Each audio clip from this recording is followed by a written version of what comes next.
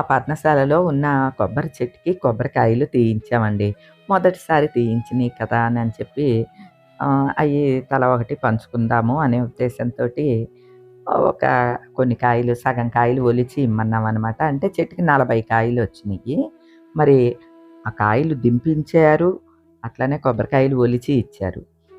అంటే మన పర్ణశాలకి యువతలే కొబ్బరికాయల బిజినెస్ ఆయనుంటారండి, రామకృష్ణ గారని. వాళ్ళే కొబ్బరికాయలు దింపించారనమాట. ఆహ్, ఆయన కాయలు దింపించిన తర్వాత, "మా కాయలు మాకిచ్చేయండి ఒలిచేసి మేము పంచిపెట్టుకుంటాం" అంటే బాగోదు కదా! అందుకనే "ఒక 20 కాయలు మీరు తీసేసుకోండి. ఒక 20 కాయలు ఒలిచి మాకు ఇవ్వండి. మేము పంచుకుంటాము ఈ ట్రిప్పు" అని చెప్పామనమాట. "సరే అండి, పర్లేదు, మీకు ఎన్ని కావాలంటే అన్ని తీసుకోండి" అని అన్నారాయన. కానీ బాగోదు కదండీ! అందుకని ఒక 20 కాయలు ఒలిచి, ముదురుగా ఉన్నాయి ఒలిచి ఇవ్వండి అని అన్నాం. మన కాయలన్నీ కూడా చెట్టుయన్నీ ముదురు కాయలేనండి. అంటే బోండాలు కావనమాట. దేవుడి దగ్గర కొట్టుకునే కొబ్బరికాయలే అనమాట అండి. సరే, మా వారు ఎళ్లి ఆ కొబ్బరికాయలు ఒలిపించి తీసుకొచ్చారు. బేబీని పంపించి చుట్టుపక్కల వాళ్ళకి, మా ఇంటి చుట్టుపక్కల వాళ్ళకి, అంటే పూజలు చేసుకునే వాళ్ళుంటారు కదా! వాళ్ళకి ఒక్కొక్క కాయ పంపించాననమాట అండి. ఒక 10 మందికి పంపించాను. 10 కాయలు నేనుంచుకున్నాను. మా వైపు కొబ్బరికాయలు చాలా బావుంటాయండి. అసలింకా కోనసీమ అటు ఎళ్లారంటే తూర్పుగోదావరి జిల్లా కొబ్బరికాయలు విరివిగా పండుతాయన్నమాట. ఎవరన్నా మీరు ఇటు పక్కన వస్తే గనక కొబ్బరికాయలు కొనుక్కోండి. అంటే ఇప్పుడు అందరూ కార్‌లేసుకునే వస్తున్నారు కదండీ! చక్కగా కొబ్బరికాయలు కొనుక్కెళ్ళండి. ఎందుకంటే ఎంత ఖరీదున్నాయండి. చాలా ఖరీదున్నాయి. ఇప్పుడు కొబ్బరి రేటు ఎక్కువున్నాదట. అయితే అందరికీ కొబ్బరికాయలు కొనుక్కోవాలని ఉంటది కానీ, ఓ ప్రాబ్లమ్ ఉంటదండి. నిలవ ఉండవు అని భయపడతారు. ఎందుకంటే కొబ్బరికాయలు బ్రేక్ అయిపోతాయండి. అందున సమ్మర్‌లో అయితే మరీ అడిలిపోతాయి. అడిలిపోవడం అంటే చిన్న బీటుకిచ్చేసేస్తదనమాట. బీటుకిచ్చింది అంటే అందులోకి గాలెళ్ళిపోతది. గాలెళ్ళింది అనంటే బ్లాక్‌గా అయిపోయి కుళ్ళిపోతది. పాడైపోతదనమాట కొబ్బరికాయి. అలా అవ్వకుండా ఉండాలి అనంటే కొబ్బరికాయల్ని నిల్వ చేసుకునే పద్ధతి ఒకటుంటుందండి. సాధారణంగా ఇలా కొబ్బరికాయలు నిలవకి కావాలి అని అనుకుంటే ముదురు కాయలే తీసుకోవాలండి. లేతయి గానీ, ముప్పేటలు గానీ తీసుకోకూడదు. ముప్పేటలంటే అటు ముదురుది, ఇటు లేతది కాకుండా ఉంటాయి చూడండి. అవి ముప్పేట కాయలంటారు. ముప్పేట కాయ కూడా అస్సలు నిలవుండదండి. త్వరగా కుళ్ళిపోతాయన్నమాట. కాయ పళానే ఉంటది, కుళ్ళిపోతాయి. అందుకే నేను నిలవ ఉంచుకోవాలి నని అనుకుంటే కంపల్సరీ ముదురు కొబ్బరికాయల్ని తీసుకోవాలనమాట. అలానే కొబ్బరికాయ మొత్తం పీచంతా తీసేసి, పైన పిలక మాత్రం ఉంచే విధంగా కాకుండా, కొద్దిగా పీచు ఉంచి ఒలిపించుకోవాలండి. అంటే పై పెచ్చుంటది చూడండి, అది మాత్రం ఒక లేయర్ తీస్తారనమాట. ఆ పళాననుకోండి, అట్లా కూడా నిలవుంటాయి. అంటే పీచు రక్షణగా ఉంటుందనమాట దానికి. లోపల కాయకి పీచు రక్షణగా ఉండటం వల్ల. లేదు, మీరు కొనుక్కున్నప్పుడే ఇంకా ఆ ముచ్చుకొకటే ఉన్నాది, కాయంతా శుభ్రంగా పీచంతా తీసేసి ఉన్నయి అనుకోండి, వాటిల్ని నిల్వ చేసుకోవటం కొంచెం కష్టం. ఎందుకంటే ఈ సమ్మర్‌లో ముఖ్యంగా అడలిపోతా ఉంటాయనమాటండి. బ్రేక్ అయిపోతాయి. అలా అవ్వకుండా ఉండాలి ననంటే, పూర్వం అయితే అండి, బియ్యం బస్తాలుంటాయి చూడండి, గోను సంచులు. ఆ గోను సంచుల్ని తడిపి కొబ్బరికాయల మీద ఏసి ఉంచేవోళ్ళనమాట. ఇప్పుడు మనకి గోను సంచులు, గట్రాలు ఉండవు కదా! మందపాటి క్లాత్ తీసుకొని తడిపి ఈ కొబ్బరికాయల మీద వేసి ఉంచుకోవచ్చు. అలా అనుకోండి, కాయలు బ్రేక్ అవ్వకుండా కొద్ది కాలం పాటు చక్కగా నిలవుంటాయనమాట. ఒక 4 రోజులయిన తర్వాత పొడిగా అయిపోతుంది క్లాత్. మళ్ళీ తడిపి, మళ్ళీ కాయల మీద వేసుకుంటూ ఉండాలనమాట. ఈ సమ్మరు అందున రోహిణి, కార్తె ఈ టైమంతా అనమాట అండి. విడిగా శీతాకాలం, వర్షాకాలం అయితే అంత ప్రాబ్లమ్ ఉండదు. సమ్మర్‌లో ముఖ్యంగా. లేదు, ఇక మరీ ఎండలుగా ఉన్నయి ఇంకా ఎక్కువ రోజులు ఉంచాలి నిల్వ అనుకుంటే, కాయని ఒకసారి నీళ్ళల్లో అటు ఇటు ఇట్లా తడిచేలాగా తడిపేసి ఒక బేషన్‌లో పెట్టేసేసుకొని, దానిపైన క్లాత్ వేసుకుంటూ ఉండాలి. మళ్ళీ ఒక వారం రోజులకో ఎప్పటికో ఒకసారి మళ్ళీ నీళ్ళలో, ఒక గిన్నెడు నీళ్ళలో ఏముందండి, అటు ఇటు ఇట్లా ముంచి తీసి అందులో పెట్టటమే కదా! ఓ పళ్ళెంలో స్టోర్ చేసుకొని క్లాత్ కప్పి ఉంచుకోవచ్చు. ఇదొక పద్ధతనమాట అండి. అంటే ఈ కొబ్బరికాయకి వీలైనంత చల్లదనం ఉండాలనమాట. మరీ బీభత్సమైన ఎండలు, రోహిణి కార్తీ ఎండలు అయ్యి అంటే ఆ కొబ్బరికాయ ఆగలేదనమాట అండి. అదనమాట. ఎంత ముదురుకాయ అయినా సరే ఆగలేదనమాట అండి. ఈజీ మెథడ్ అయితే అండి ఇదే. చక్కగా ఓ మందపాటి క్లాత్‌ని శుభ్రంగా నీళ్లు పిండేసి కప్పేస్తే చాలు. ఇంకా ఎక్కువ రోజులు అంటే నెలలు తరబడి మనం కాయల్ని ఉంచాలి అనుకుంటే ఈ పద్ధతనమాట.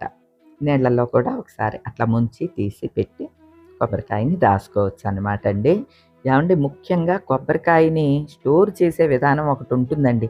అంటే అంటే ఆ సీజను, ఈ సీజను అని కాదండి. ఎక్కువ కాయల్ని నిల్వ చేసుకోవాలి. అంటే కొబ్బరికాయలు షాప్ నుంచి ఓ అర డజన్ కాయలు తెచ్చుకున్నామనుకోండి, వాటిల్ని ఎలా పడితే అలా పెట్టకూడదనమాట అండి. ఈ ముచ్చుక పైకి ఉండేలాగా పెట్టాలి. అంతే తప్ప ఇట్లా పడుకోబెట్టినట్టు గానీ, ముచ్చుక ఇలా తిరగేసి గానీ కొబ్బరికాయని పెడితే త్వరగా పాడైపోతుందనమాట. అంటే కుళ్ళిపోతాయండి. పైన 3 కళ్ళులా ఉంటాయి చూడండి, అవి పైకి ఉండేలాగా పిలక ఉంటుంది కదా! పిలక పైకి ఉండేలాగా ఇలా కొబ్బరికాయని నిలబెట్టి పెట్టాలనమాట అండి. అలా అయితే మనకి ఎప్పుడు నిలవుంటాయి. దేవుడి దగ్గర కొబ్బరికాయ కొట్టాలి అనుకున్నప్పుడు ఖచ్చితంగా ముదురు కాయలనే ఎంచుకోండి. చక్కగా ముదురుకాయ అనుకోండి 2 భాగాలుగా చక్కగా పగులుతదనమాట. చెక్కలు 2 బాగా వస్తాయి. అలానే కొబ్బరికాయ కొట్టేటప్పుడు కూడా ఒక కొబ్బరికాయకి 3 భాగాలుంటాయండి. మీరు గమనిస్తే అర్థమవుతుంది. ఎక్కువ భాగం ఉంటుంది చూడండి. పెద్ద భాగం ఒకటుంటుంది. చిన్నయి 2 ఉంటాయి. ఆ పెద్ద భాగం ఉన్న దగ్గర సెంటర్‌లోకి కొబ్బరికాయ కొడితే కరెక్ట్‌గా 2 చెక్కలుగా పగులుతదనమాట అండి. ముచ్చుకెప్పుడు మన వెంపు ఉండాలి. పిలక ఉంటది కదా! ఆ పిలక మన వెంపు ఉండేలా పట్టుకుని పెద్ద భాగం వెంపు కొట్టామనుకోండి కరెక్ట్‌గా 2 ముక్కలు పగులుతదనమాట కొబ్బరికాయ. ఇయి అందరికీ తెలిసిందే అనుకోండి. ఎవరికన్నా తెలియకపోతే ఉపయోగపడుద్దని చెప్తూ ఉన్నాననమాట. అలానే ఈరోజు పూజలో గమనించారా అండి? అన్నీ మన పెరట్లోయే అనుకోండి. అమ్మవారికి ఆహ్, వడ్లుయి మొలకలొచ్చినియనమాట. అయి 4 తీసి అమ్మవారికి పెట్టి పూజ చేసుకున్నానండి. అంటే కంకులు అక్కడ నుంచి తెచ్చుకుంటానండి. పర్ణశాల నుంచి వరి కంకుల్లాంటివి తెచ్చుకుంటాననమాట పనలు. అయి అమ్మవారికి పెట్టి పూజ చేసుకున్న తర్వాత అయ్యేమో చిలకలవి తింటాయని ఓ పక్కన పెట్టి ఉంచుతున్నా. అందులో ధాన్యం పక్షులయ్యి లాగేస్తాయి కదండీ! కింద పడతాయి.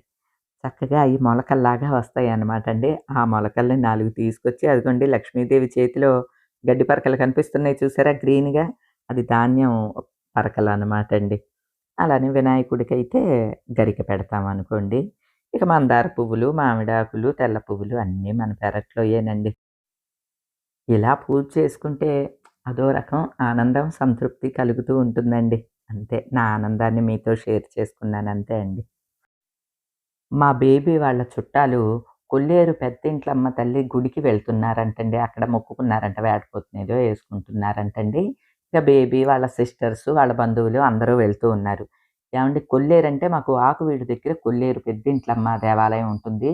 మీరు చెప్తే నమ్మరండి. 3 సార్లు ఎళ్ళానండి కొల్లేరు పెద్దింట్లమ్మ దేవాలయానికి. కొన్నేళ్ల క్రితం అనమాట. 3 సార్లు దర్శనం అవ్వలేదండి నాకు. అసల అది ఏంటో గమ్మత్తు తెలీదు. ఇప్పటి వరకు వెళ్ళలేకపోయానండి. మాకు పెద్ద దూరం కూడా కాదు. ఇలా బేబీ ఆళ్ళ చుట్టాలు ఏదో ఫంక్షన్ పెట్టుకున్నారు, ఎళ్తన్నారు అనంటే, సరే కొల్లేరు పెద్దింట్లమ్మకి కొబ్బరికాయ పంపిద్దాము అని చెప్పి తెచ్చాననమాట అండి. కొల్లేరు పెద్దింట్లమ్మ నన్నెప్పుడు అనుగ్రహిస్తదో ఏమోనండి. ఇప్పటి వరకు ఎళ్ళలేదు. 3 సార్లు ఎళ్లి 3 సార్లు దర్శనం అవ్వలేదండి నాకు. నిన్న పంపించాను మీకు. మా దేవుడి దగ్గర కొట్టుకోండి. ఆ! కొల్లేరు ఎళ్తున్నారా? అక్కడ కొట్టండి. సరే అండి. అక్కడ స్థలం తీసుకున్నాం కదా, ఇల్లు కట్టాము, పర్ణశాల కట్టాము. ఓ చెట్టు ఉంది, కొబ్బరి చెట్టు. అవి అనమాట మొదటి తప్ప కాయలండి.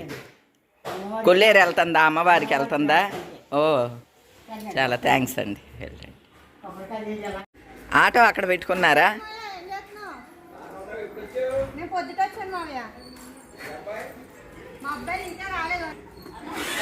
ఇదిగో వీళ్ళ అప్ప చెల్లెళ్ళు అందరూ కొల్లేరు వెళ్తున్నారు.